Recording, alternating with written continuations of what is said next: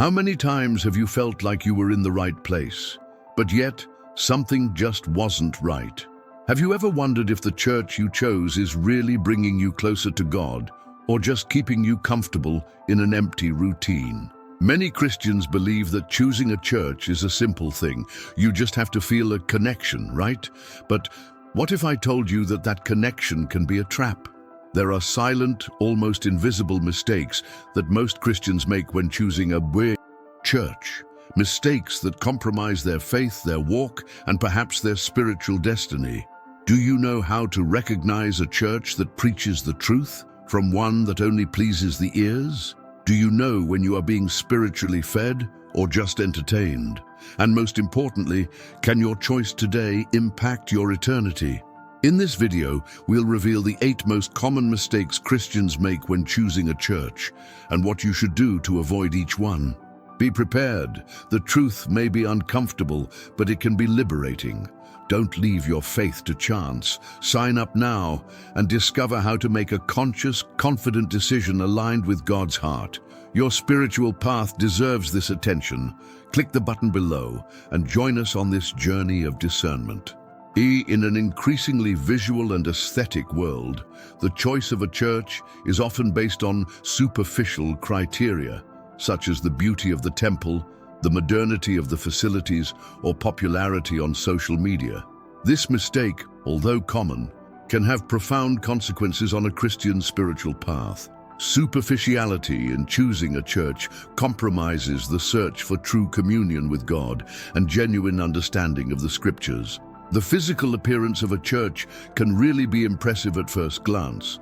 Temples with bold architecture, sophisticated lighting, and cutting-edge technological resources create a sense of welcome and innovation.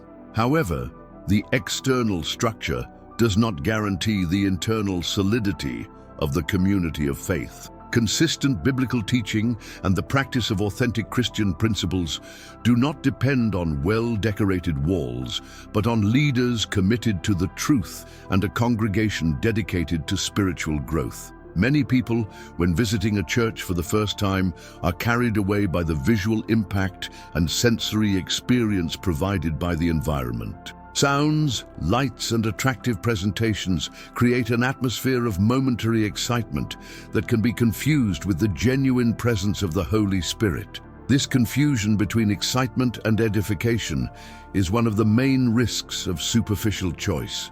The true divine presence is not necessarily manifested in great events, but in the practical application of biblical teachings in daily life. Another relevant aspect is the search for comfort and social status. Churches that appear successful, with large numbers of members and varied activities, attract those who seek acceptance and belonging. However, the numerical growth of a church is not in itself indicative of spiritual maturity. Communities truly committed to the gospel prioritize discipleship, the teaching of the word, and the practice of Christian love, regardless of size or social relevance. Furthermore, superficiality in choosing a church can lead to neglecting fundamental aspects, such as the doctrine preached, the coherence between discourse and practice, and the commitment to the mission of evangelizing and serving. It is essential to investigate the content of sermons, the ministerial vision, and the way in which leaders address ethical and spiritual issues. A church that values aesthetics more than essence runs the risk of becoming a stage for religious performances, emptying the true meaning of Christian communion. The influence of social media also intensifies this tendency toward superficiality. Churches that invest in digital marketing attract a significant audience, often more interested in the visual experience shared on the platforms than in the message preached from the pulpits. However, virtual popularity should not be confused with spiritual authenticity. Discerning what is genuine and what is just appearance requires careful analysis, based on the Bible and prayer. The way worship is conducted within a church plays a significant role in the experience of the Christian faith. Worship styles can vary widely, from traditional services with formal liturgies and classic hymns to contemporary services marked by lively music, technology, and a more interactive approach. Ignoring this feature when choosing a church is a common mistake, which can deeply affect personal connection with God and participation in the community. Worship is not just a time of gathering. It is a collective experience that seeks to worship God, edify believers, and convey biblical teachings. When there is a disconnect between worship style and personal preference, the experience can become mechanical and meaningless. Music, for example, plays a pivotal role in this context. Some people feel spiritually renewed by listening to traditional hymns, while others connect better through contemporary songs that speak directly to the heart. In addition to music, the structure of the service also influences the spiritual experience.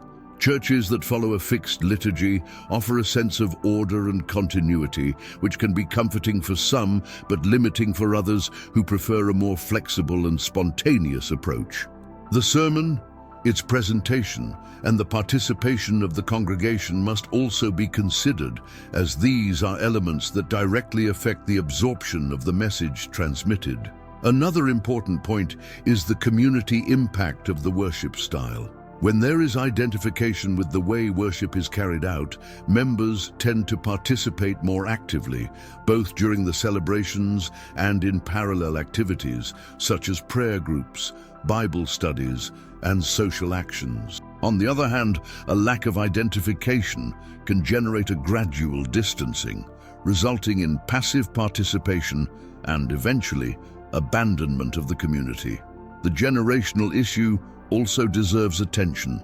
Churches that serve different age groups need to balance worship styles to attract both younger and older people.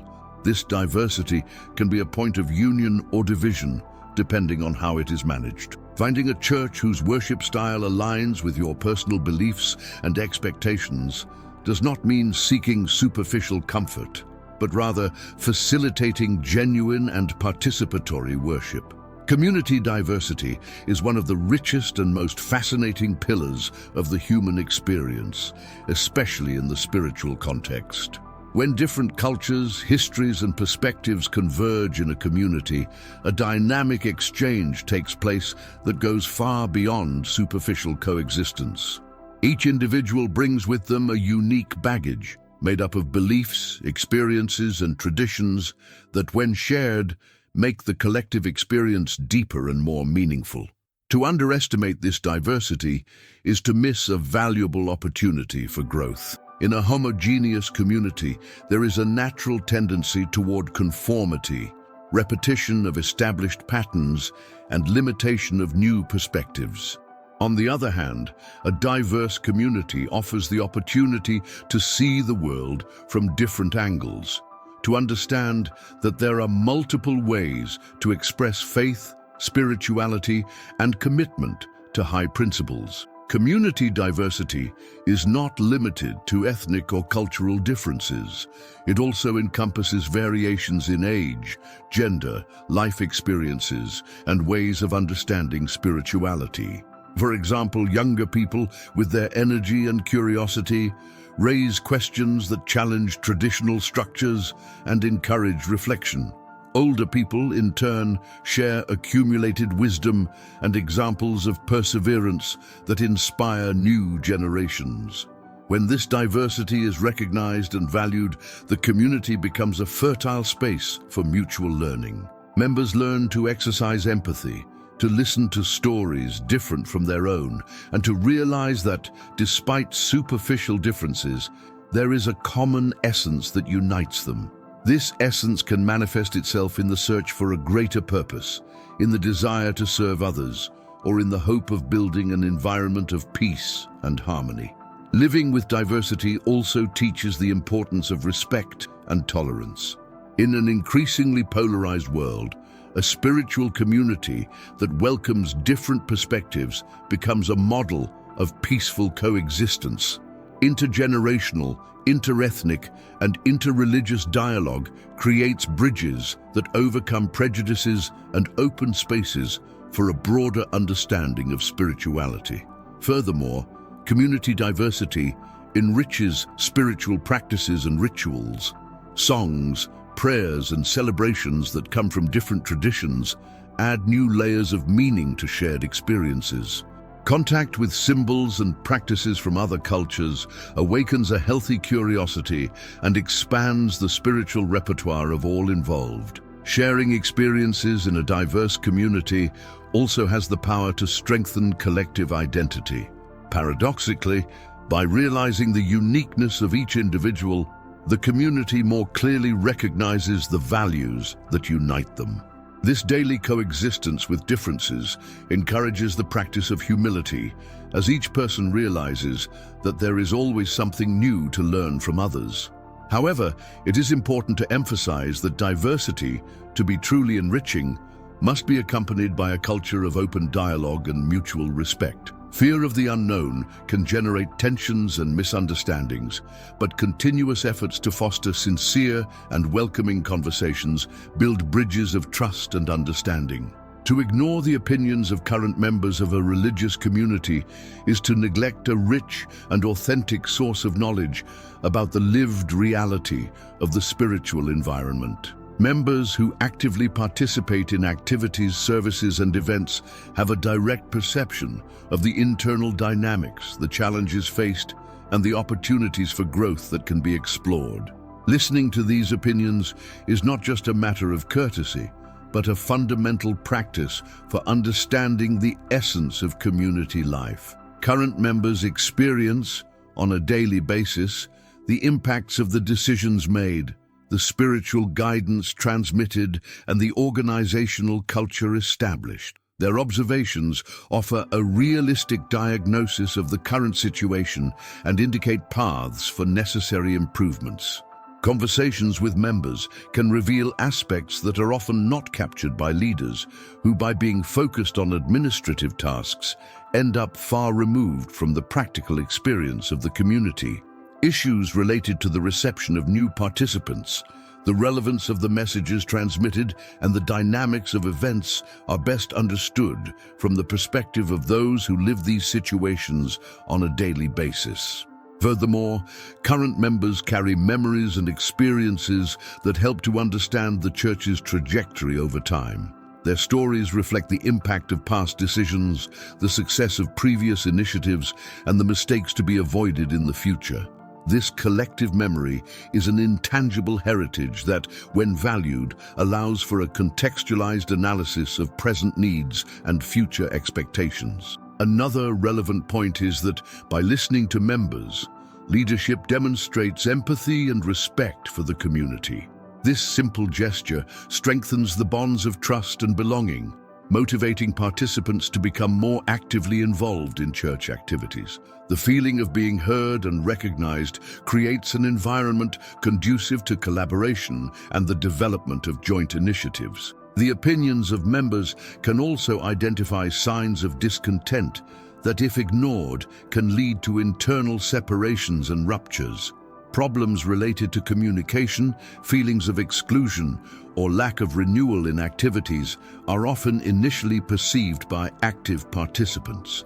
Detecting these problems early allows corrective measures to be taken before the problem worsens. Talking with current members is also an opportunity to understand the different perspectives present in the community.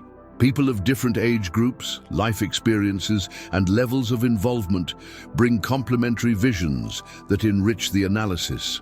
The young person who seeks a contemporary language to connect with spiritual messages and the older person who values liturgical traditions have equally valid contributions to building an inclusive and welcoming environment. For these conversations to be effective, it is necessary to create adequate spaces for dialogue. Regular meetings, discussion groups, and anonymous surveys are tools that facilitate the honest expression of members' feelings and opinions. The important thing is to ensure that everyone feels safe and respected in sharing their ideas, regardless of their criticisms or suggestions. Administrative transparency in a church is an essential pillar for maintaining the trust and support of members. It is a principle that goes beyond simple accountability. It involves building a relationship based on honesty, clarity, and mutual respect. When members have access to management information and understand how resources are used, a sense of belonging and shared responsibility develops. Financial management in this context is one of the most sensitive and, at the same time, most important areas. Caring for the church's finances is not limited to keeping accounting records of income and expenses, but includes clear communication about the destination of contributions, offerings, and tithes. When members see that their resources are being used ethically and efficiently, they are motivated to continue contributing and supporting the community's activities. To ensure this transparency, it is essential to establish practices that allow for regular monitoring of finances. Periodic reports, open meetings, and the use of technologies that facilitate access to this information are some strategies that help keep members informed. The publication of financial statements, for example, offers a clear view of income, expenses, and investments made, avoiding unnecessary speculation and mistrust. In addition to financial management, administrative transparency implies clarity in decision-making and in the conduct of the church's activities and projects. When members understand the criteria used to establish priorities and allocate resources, there is greater acceptance and support for proposed initiatives. This practice also opens spaces for dialogue, allowing the community to actively participate in the planning and execution of actions. The creation of boards of directors with participation from different segments of the church is an effective measure to strengthen this transparency. These councils act as control and oversight bodies, ensuring that decisions are made collectively and that the interests of the community are duly taken into account. The diversity of perspectives in these groups contributes to a more balanced management, aligned with the real needs of its members. Communication plays a central role in this process. It is not enough to have transparent practices if information is not communicated in a clear and accessible manner. The use of newsletters, visual boards, and regular meetings facilitates the dissemination of information and keeps the community engaged. It is also important to adopt simple and objective language, avoiding technical terms that make understanding difficult. Transparency is also reflected in the way in which members' demands and questions are managed. Establishing direct communication channels such as suggestion boxes, face-to-face services, and digital contacts creates an environment of trust and openness.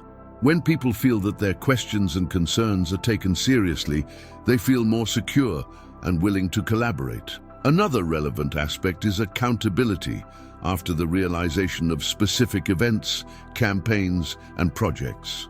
Informing the community about the resources raised, the costs involved, and the results achieved demonstrates responsibility and commitment to the common good. This practice not only builds trust, but also inspires more active and conscious participation in future activities. Seeking divine guidance through prayer is an act of humility and trust. When we pray, we recognize that our understanding is limited and that there is a higher wisdom that can guide us.